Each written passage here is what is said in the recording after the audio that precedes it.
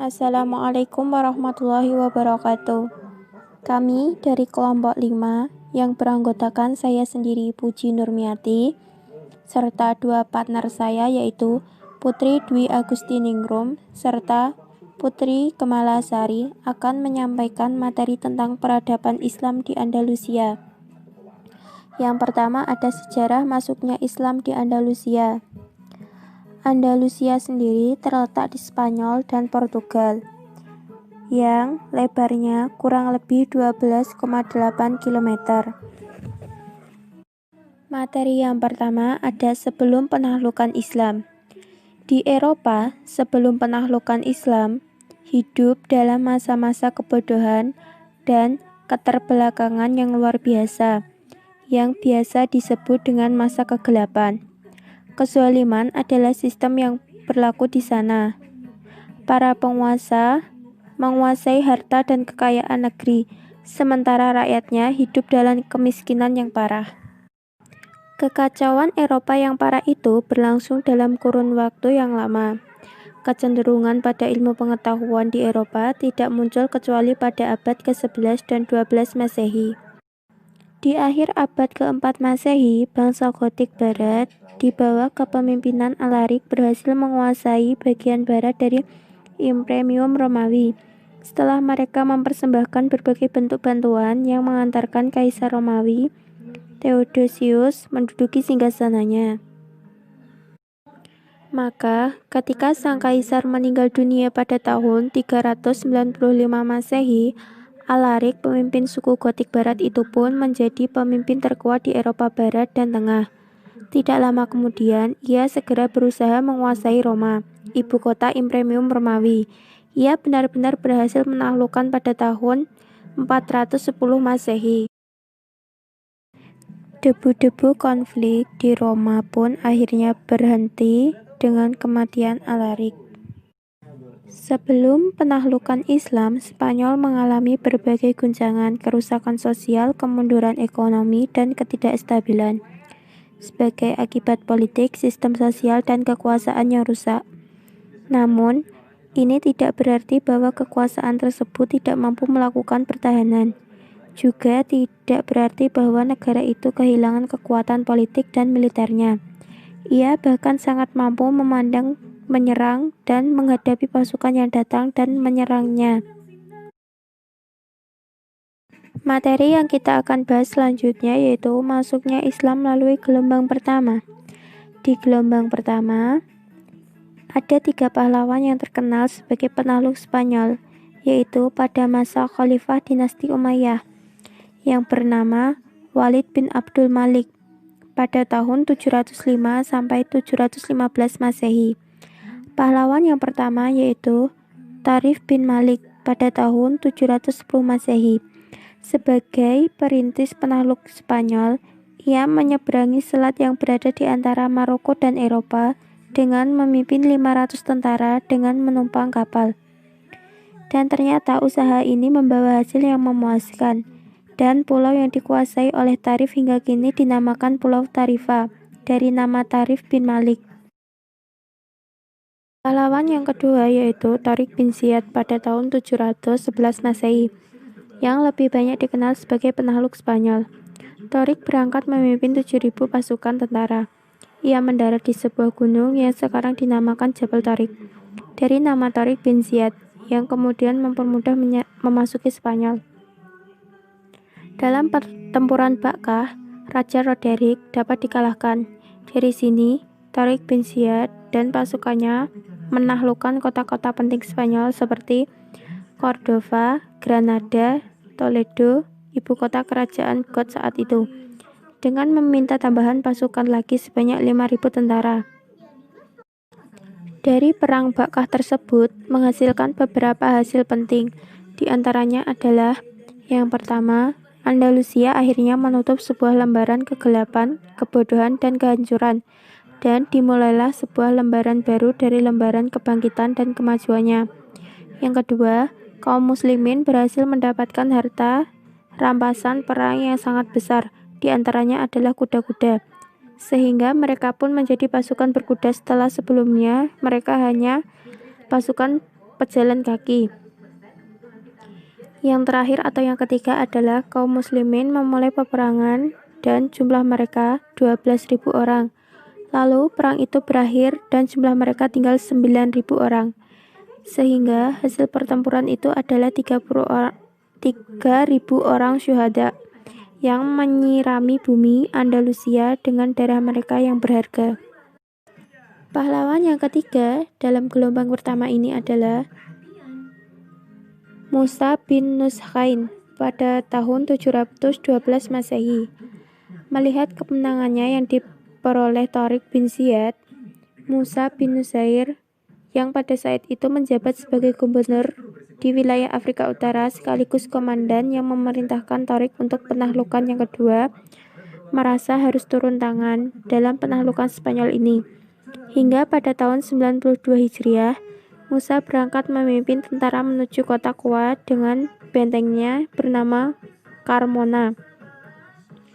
Kemudian dilanjutkan menuju kota Seville hingga bertemu dengan pasukan Tariq di Toledo.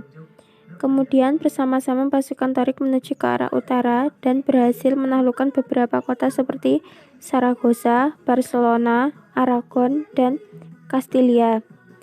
Perjalanan dilanjutkan ke arah timur laut sampai ke pegunungan Pyrenea.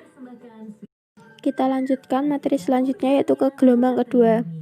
Perluasan wilayah berikutnya muncul pada masa pemerintahan Khalifah Umar bin Abdul Aziz tahun 717 Masehi dengan sasaran penguasaan daerah sekitar pegunungan Pyrenea dan Prancis Selatan. Pemimpin pasukan dipercayakan kepada Al-Samah, tetapi usahanya itu gagal dan ia sendiri terbunuh pada tahun 1002 Hijriah. Selanjutnya, pimpinan pasukan diserahkan kepada Abdurrahman bin Abdullah Al-Ghafiqi. Dengan pasukannya, ia menyerahkan kota Bardesu, Poitiers, dan mencoba menyerang kota Tours. Akan tetapi, di antara kota Poitiers dan Tours itu, ia ditahan oleh Charles Martel, sehingga penyerangan ke Prancis gagal. Ketika Daulah Umayyah di Damaskus runtuh, pemerintahan di Andalusia kemudian dipegang oleh seorang pangeran Bani Umayyah yang bernama Abdurrahman bin Muawiyah bin Hisham yang berhasil lolos dari buruan Bani Abbas. Tokoh inilah yang kemudian berhasil mendirikan kembali Daulah Umayyah II di Spanyol.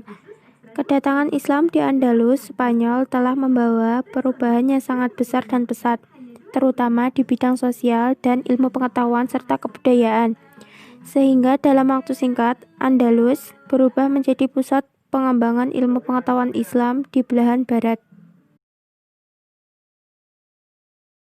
Assalamualaikum warahmatullahi wabarakatuh. Perkenalkan, nama saya Putri Dwi Agustiningrum dengan NIM 207200122. Baik, materi selanjutnya kita akan beranjak ke perkembangan pemerintahan dinasti Umayyah di Andalusia. Periode pertama terjadi pada tahun 711 sampai 755 Masehi. Pada periode ini, stabilitas politik negeri Spanyol belum tercapai secara sempurna. Gangguan-gangguan pun masih terjadi, baik datang dari dalam maupun dari luar. Gangguan dari dalam antara lain berupa perselisihan di antara elit penguasa, terutama akibat perbedaan etnis dan golongan, sehingga menyebabkan seringnya terjadi perang saudara. Gangguan dari luar ini datang dari sisa-sisa musuh Islam di Spanyol yang bertempat tinggal di daerah-daerah pegunungan yang memang tidak pernah tunduk kepada pemerintahan Islam.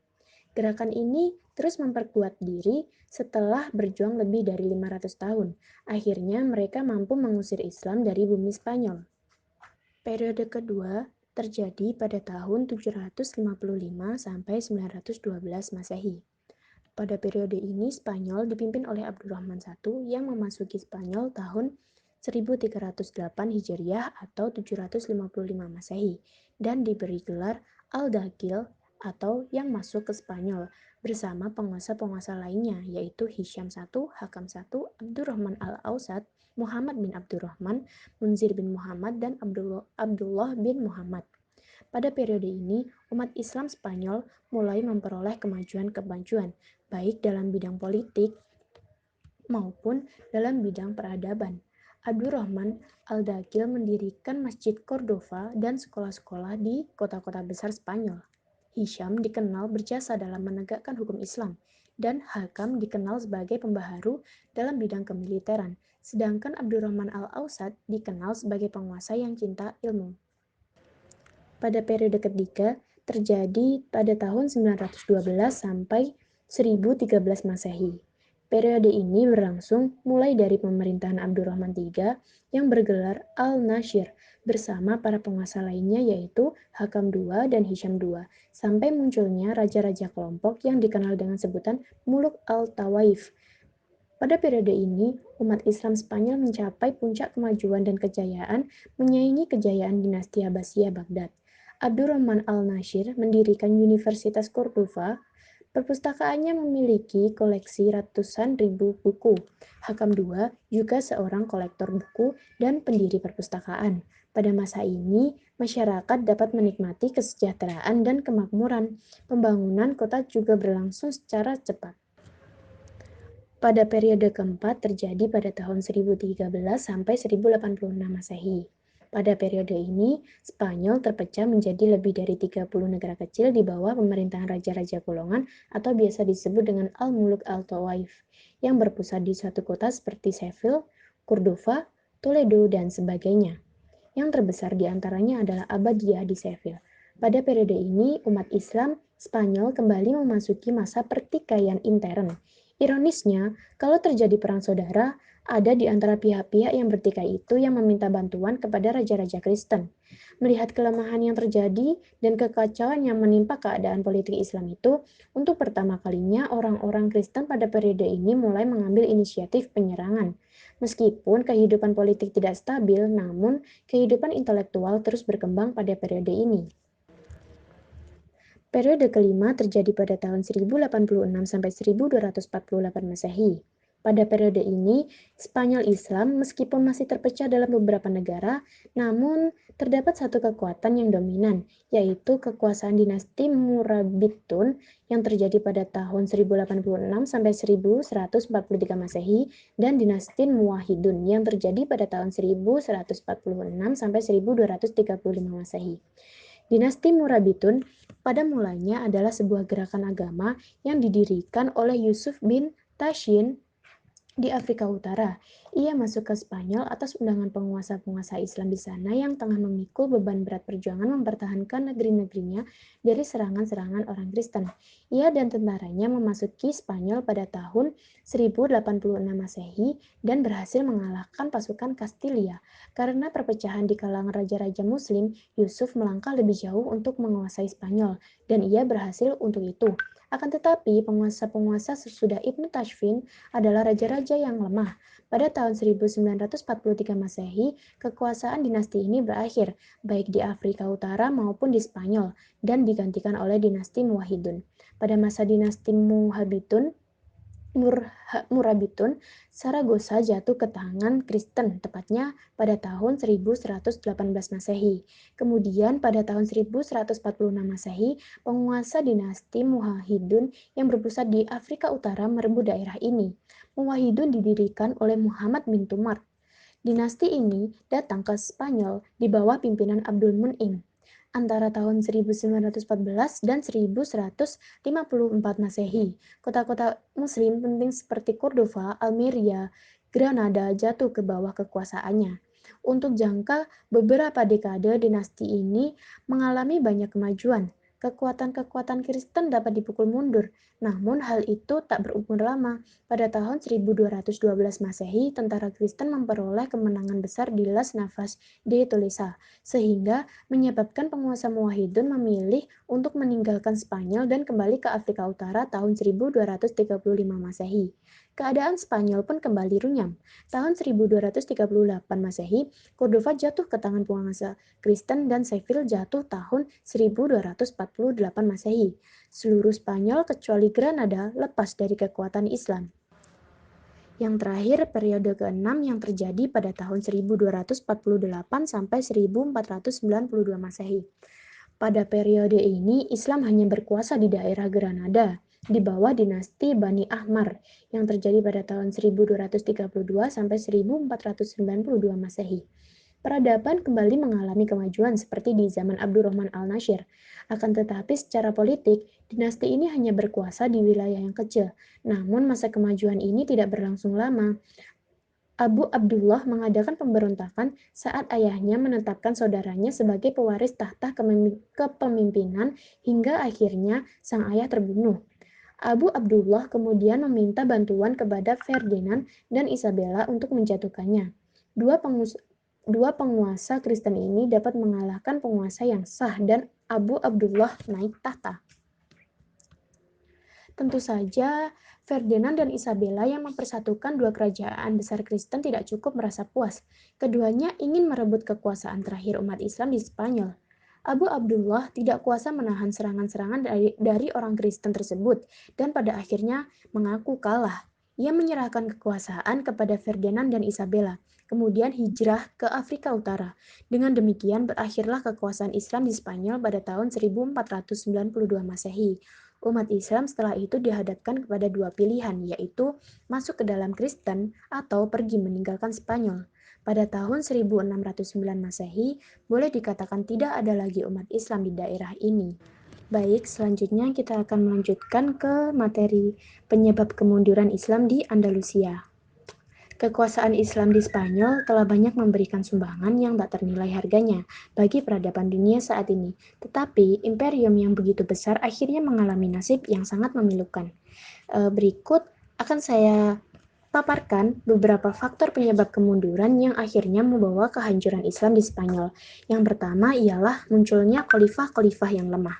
Pada masa kejayaan Islam di Spanyol dimulai dari periode Abdurrahman III yang kemudian dilanjutkan oleh putranya yaitu Hakam, sang penguasa yang cinta ilmu pengetahuan dan kolektor buku serta pendiri perpustakaan. Pada masa kedua, penguasa tersebut keadaan politik dan ekonominya mengalami puncak kejayaan dan kestabilan. Namun, kejayaan pada masa ini tidak bertahan lagi setelah wafatnya Hakam II dan kemudian digantikan oleh Hisham II yang masih berusia 11 tahun. Dalam usia yang masih sangat muda ini, Hisham II harus memikul tanggung jawab yang sangat berat. Oleh sebab itu, dalam mengatur pemerintahan Hisham II, dikendalikan ibunya dengan dibantu oleh Muhammad ibnu Abi Umar yang bergelar Hajib al-Mansur yang ambisius dan haus akan kekuasaan. Sejak saat itulah khalifah hanya dijadikan boneka oleh Mansur dan para penggantinya. Setelah al-Mansur wafat, jabatannya digantikan oleh anaknya, yaitu Abdul Malik al-Muzaffar, dan pengganti al-Muzaffar adalah Abdul Rahman yang merupakan penguasa yang tidak cakap, gemar berfoya-foya, dan ia adalah penguasa yang tidak disenangi oleh rakyatnya, sehingga negara yang menjadi tidak stabil dan lambat laun mengalami kemunduran. Kemudian yang kedua, yaitu konflik antara Islam dan Kristen. Setelah melakukan Spanyol, para penguasa Muslim tidak menjalankan kebijakan Islamisasi secara sempurna. Penduduk Spanyol dibiarkan begitu saja memeluk agamanya, mempertahankan hukum dan tradisi mereka. Penguasa Islam pun hanya mewajibkan mereka membayar upeti dan tidak memberontak. Kebijakan ini ternyata menjadi bumerang bagi mereka. Lalu penduduk Spanyol menggalang kekuatan untuk melawan penguasa Islam. Pertentangan Islam dan Kristen ini tak pernah berhenti sampai jatuhnya kekuasaan Islam. Orang-orang Kristen selalu merasa bahwa kehadiran umat Islam merupakan ancaman bagi mereka. Setelah kekuasaan Islam melemah, satu persatu kota-kota yang dikuasai Islam jatuh ke tangan orang Kristen. Kemudian yang ketiga, saya akan menjelaskan tentang kemerosotan ekonomi. Pada pertengahan Islam di Spanyol, para penguasa mementingkan pembangunan fisik dengan mendirikan bangunan-bangunan megah dan monumental. Kemudian, juga pada bidang iptek, pemerintah dengan giat mengembangkan bidang iptek dan pembangunan, sehingga menyebabkan bidang perekonomian kurang mendapatkan perhatian. Selain itu, banyak anggaran negara yang terserap banyak untuk membiayai tentara bayaran untuk keamanan negara. Kemudian yang keempat yaitu sistem peralihan kekuasaan yang tidak jelas. Sistem peralihan kekuasaan yang tidak jelas ini dipengaruhi oleh perebutan kekuasaan yang terjadi antara elit penguasa maupun antar putra mahkota. Terjadinya perebutan kekuasaan ini menyebabkan perang antara elit atau keluarga yang pada akhirnya dapat menggerogoti kekuatan dan stabilitas negara. Berdasarkan beberapa faktor di atas, dapat disimpulkan bahwa kemunduran yang terjadi pada peradaban Islam di Spanyol berasal dari dua faktor, yaitu baik faktor internal maupun eksternal, dan kedua faktor tersebut saling terkait satu sama lain. Sekian dari saya. Setelah ini masih ada penjelasan dari teman saya yaitu Putri Kemalasari. Sekian. Wassalamualaikum warahmatullahi wabarakatuh. Selanjutnya, saya Putri Kemalasari dengan NIM 207200104 akan membahas mengenai transmisi budaya Islam ke Eropa. Pada abad pertengahan, dunia Eropa dalam masa kegelapan, di mana Gereja Timur menganggap ilmu sains berbahaya terhadap agama Masehi. Sebab itu, institut-institut ilmu sains dan filsafat Yunani ditutup dan tidak diizinkan membukanya. Sementara itu, mulai abad ke-8 sampai ke-13 Masehi, umat Islam telah mencapai zaman keemasan dengan kebangkitan dan perkembangan keterampilan dalam segala bidang pengetahuan. Terlebih lagi, dengan kehadiran Islam di Andalusia telah menambah khazanah peradaban Islam yang sungguh mengagumkan di belahan dunia bagian barat, jauh meninggalkan peradaban Eropa. Hal ini disebabkan ajaran Al-Quran sejalan dengan ilmu sains dan mendorong sepenuhnya pemikiran-pemikiran filosofis terhadap alam semesta. Bahkan, kaum muslimin mengembangkannya lebih jauh dengan mengadakan penelitian-penelitian dan observasi secara langsung. Sehingga umat Islam pada masa kejayaan pendidikan Islam memegang tampuk kemajuan yang gilang gemilang dalam segala bidang, baik dalam ilmu pengetahuan, kesusastraan, pemikiran, dan kebudayaan. Pemikiran orang Barat kemudian mulai terbuka, dan mereka melihat kenyataan bahwa apa yang dipropagandakan gereja bertentangan dengan ilmu pengetahuan. Pertentangan ini berjalan cukup lama, dan persoalan ini berakhir dengan kemenangan ilmu setelah para ilmuwan Barat melihat kenyataan kemajuan peradaban Islam jauh meninggalkan peradaban mereka. Maka, mulai saat itu, orang-orang Barat berhubungan dengan umat Islam di Syria, Sicilia, dan Andalusia. Melalui perang salib, Syria dan sekitarnya seperti diketahui adalah wilayah di mana Islam dan Barat berjumpa dalam bentuk perang salib. Perang ini sedikitnya punya pengaruh terhadap transmisi pemikiran dan sains Islam ke Barat. Kendati demikian, disadari bila pengaruh perang salib ini tidaklah begitu intens, mengingat orang-orang yang datang sebagai pasukan salib adalah kesatria-kesatria perang dan bukan ilmuwan.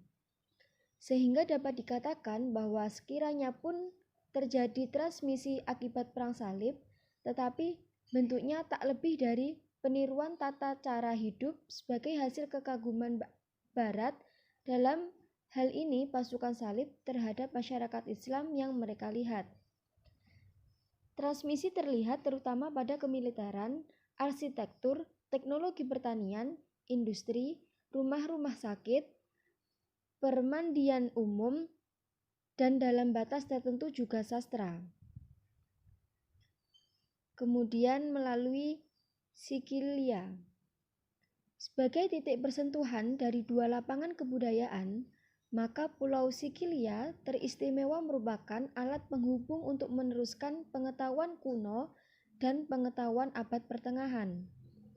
Sebagian rakyatnya terdiri dari elemen Yunani yang berbahasa Yunani, sebagian dari elemen Muslim yang berbahasa Arab, dan suatu golongan sarjana yang paham akan bahasa Latin. Kemudian melalui Andalusia. Di Andalusia banyak sekali universitas yang didirikan. Di sana orang-orang Eropa banyak berdatangan untuk kepentingan studi dan transfer kultural. Di Andalusia, sedikit demi sedikit, umat Islam kehilangan wilayah kekuasaannya. Mula-mula, kota Toledo direbut oleh Kristen pada tahun 1085 Masehi. Hilanglah pusat sekolah tinggi dan pusat ilmu pengetahuan Islam beserta segala isinya yang terdiri dari perpustakaan bersama ilmuwan-ilmuwannya. Tahun 1236 Masehi, menyusul Cordova dirampas oleh Raja Alfonso ke-7 dari Kastilia, maka hilang pula pusat kebudayaan dunia di sebelah barat beserta Masjid Raya Cordova yang didirikan oleh Amir-Amir Umayyah di Andalusia. Perpustakaan dengan buku-bukunya dari segala macam ilmu. Penyaluran ilmu pengetahuan ke Eropa dimulai ketika Toledo jatuh ke tangan Kristen. Untuk mempermudah penyerapan ilmu-ilmu Arab, di Toledo didirikan sekolah tinggi terjemah. Demikianlah kemudian Toledo menjadi pusat perkembangan ilmu-ilmu Islam ke dunia barat. Peranan Toledo bertambah lengkap setelah umat Islam diusir dari Andalusia. Dan dari berbagai bentuk dan proses di atas, faktor utama yang menyebabkan terjadinya transmisi budaya Islam adalah karena keinginan dari setiap negara di belahan Eropa untuk mengembangkan budaya dan ilmu di negara mereka masing-masing. Kemudian, kontribusi Islam terhadap kemajuan ilmu pengetahuan di Eropa. Yang pertama ada usaha penerjemahan buku-buku ilmu pengetahuan Islam, kedua bidang sastra, ketiga bidang astronomi, keempat bidang matematika, kelima bidang kedokteran, dan yang keenam bidang filsafat. Dari penjelasan dan bukti sejarah tersebut dapat disimpulkan bahwa walaupun Islam akhirnya terusir dari negara Spanyol dengan cara yang sangat kejam, tetapi ia telah membuka mata bangsa Eropa sehingga sadar akan ketertinggalannya. Sumber peradaban Eropa sebenarnya adalah metode eksperimental bangsa Arab. Tidak ada arah pandangan ilmiah bangsa Eropa yang tidak dipengaruhi oleh ilmu pengetahuan Islam dengan sangat fundamental. Dan pengaruh yang paling penting adalah pengaruh terhadap ilmu pengetahuan alam dan ruh ilmiah. Kedua ilmu tersebut adalah kekuatan istimewa bagi zaman modern dan sumber utama bagi kegemilangan. Sekian presentasi dari kelompok kami. Apabila ada yang kurang jelas ataupun kurang paham, bisa ditanyakan. Sekian, wassalamualaikum warahmatullahi wabarakatuh.